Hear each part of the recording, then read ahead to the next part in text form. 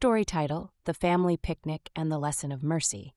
One bright weekend, Shafak, Nabil, Ishal, and Arisha went on a family picnic with their parents.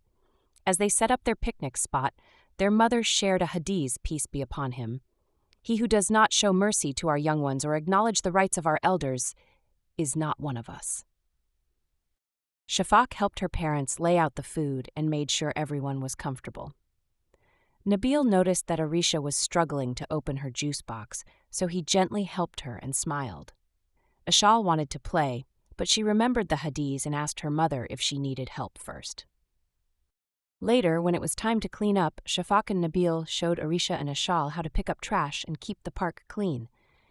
The sisters listened carefully and tried their best.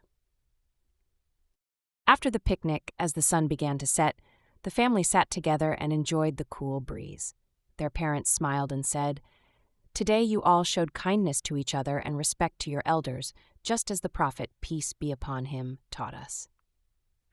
Shafak, Nabil, Ishal, and Arisha looked at each other and felt proud. They realized that helping one another and showing mercy made their day even more special.